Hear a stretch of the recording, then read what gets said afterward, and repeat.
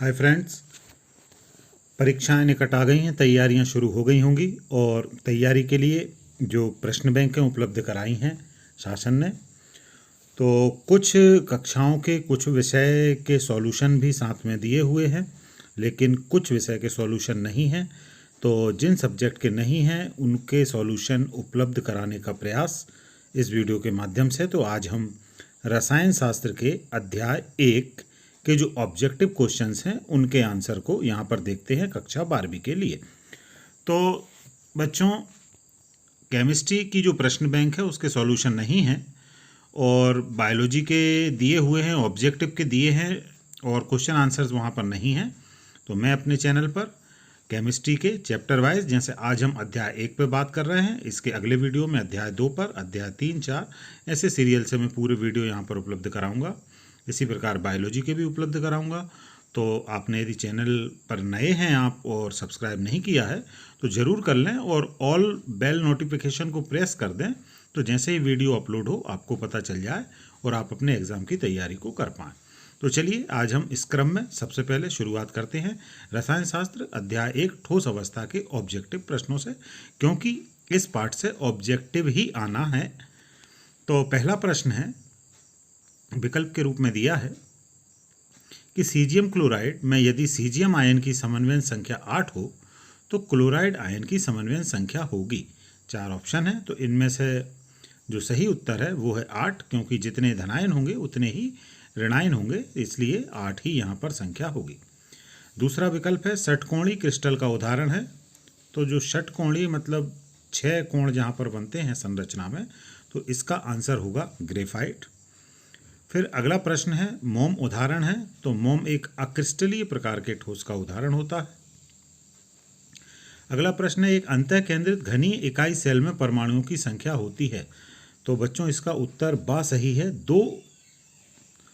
फिर अगला विकल्प है समचतुष्फलक सममिति के लिए त्रिज्या अनुपात की सीमा है। तो इसकी वैल्यू जो है वो होती है 0.225। अगला विकल्प है एक ऋण आयन के स्थान पर यदि क्रिस्टल जालक में एक इलेक्ट्रॉन विद्यमान हो तो उसे कहते हैं।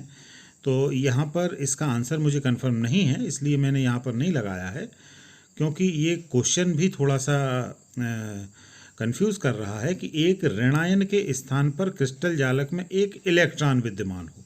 थोड़ा सा ये क्लियर नहीं है। यदि इसका आंसर क्लियर होगा तो मैं कमेंट बॉक्स में उसके आंसर को दूंगा। अगला प्रश्न है एक वाक्य में उत्तर आपको देना है।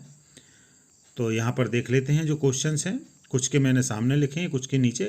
पहला प्रश्न है चतुष्फलकीय रिक्तिका का त्रिज्या अनुपात लिखिए। तो जो चतुष्फलकीय रिक्तिका है उसका त्रिज्या अनुपात r+/r- मतलब धनायन की रेडियस ऋणायन की रेडियस, ये बराबर इसकी जो वैल्यू आती है वो 0.225 से 0.414 के बीच में आती है। दूसरा प्रश्न है धात्विक पदार्थों की विद्युत चालकता पर ताप का क्या प्रभाव पड़ता है। तो बच्चों, जो धात्विक चालक होंगे यदि आप टेम्परेचर बढ़ाते हैं तो उनकी विद्युत चालकता का मान घट जाता है। इसे आप ध्यान रखना, टेम्परेचर बढ़ाने पर विद्युत चालकता कम हो जाती है। तीसरा प्रश्न है समन्वयन संख्या क्या है। तो समन्वयन संख्या की डेफिनेशन आपके पास होगी, आपने पढ़ी होगी कि क्रिस्टल का एक मूल कण स्पर्श करते हुए जितने अन्य मूल कणों के संपर्क में रहता है वह संख्या क्रिस्टल की समन्वयन संख्या कहलाती है। मतलब कोई एक क्रिस्टल है, मान लीजिए कि वो 5 तरफ से 5 से घिरा हुआ है, तो उसका जो मूल कण होगा एक अंदर वाला वो 5 को टच करेगा तो उसकी समन्वयन संख्या 5 हो जाएगी। एक कण यदि अंदर है और वो 6 को टच कर रहा है, उसके चारों तरफ 6 दूसरे कण हैं, तो उसकी समन्वयन संख्या 6 हो जाएगी। अगला प्रश्न है इकाई कोशिका क्या है।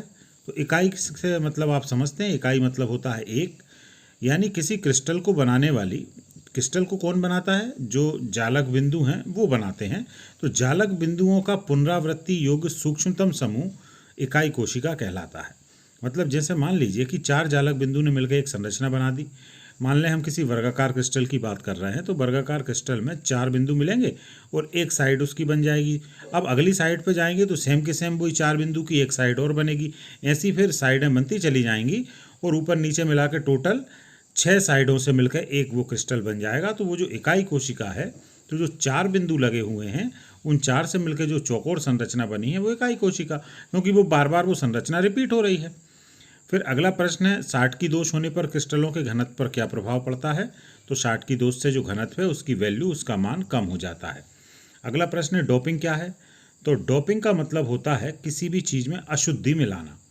तो यहाँ पर इस पाठ में धातुओं में अशुद्धि मिलाने की क्रिया को डोपिंग कहते हैं। तो यहाँ से आपको याद रहेगा, आप ऐसे भी उसको समझ सकते हैं, याद रख सकते हैं कि जो खिलाड़ी जो खेलते हैं, आप मैच वगैरह जो देखते होंगे, तो वो खिलाड़ियों का मैच से पहले डोपिंग टेस्ट होता है। तो डोपिंग टेस्ट में ये टेस्ट किया जाता है कि खिलाड़ी ने कोई नशीली वस्तु या पदार्थ का सेवन तो नहीं किया है। तो नशीली वस्तु या जो पदार्थ है, इसका मतलब ये है कि उसकी सामान्य शारीरिक संरचना में कुछ मिलाया है उसने। तो उसलिए टेस्ट करने के लिए जो होता है वो डोपिंग टेस्ट कहलाता है। वैसे ही आप समझ लें कि जो सामान्य संरचना है उसके अंदर यदि कोई चीज़ मिलाई गई होगी तो वो चीज़ अशुद्धि ही होगी, और उसी क्रिया को कहेंगे डोपिंग। तो इस बात से आपको याद रहेगी। तो बच्चों, ये था अध्याय 1 ठोस अवस्था। इसके आंसर्स यहाँ पर आपको मिल गए होंगे, इनको याद कीजिए, इनसे तैयारी कीजिए। और इसके बाद अगला अध्याय जो 2 है आपका विलयन, उस विलयन के भी आंसर्स बहुत जल्दी अगले वीडियो में लेकर हम आ रहे हैं। और ये क्रम चलता रहेगा। आपकी परीक्षाओं से पहले आपको पूरे अध्यायों के जो ऑब्जेक्टिव हैं वो, और या जो डिस्क्रिप्टिव हैं, 2 नंबर के लघु उत्तरीय हैं, अति लघु उत्तरीय हैं या दीर्घ उत्तरीय हैं, सब प्रश्नों पर मैं डिस्कस करूंगा। ये स्क्रीन रिकॉर्डर से बना रहा हूं वीडियो। जब क्वेश्चन आंसर्स पे आएगी तो ब्लैक बोर्ड के माध्यम से वहां से आपको वीडियो बनाकर उपलब्ध कराऊंगा। बहुत बहुत धन्यवाद सभी को।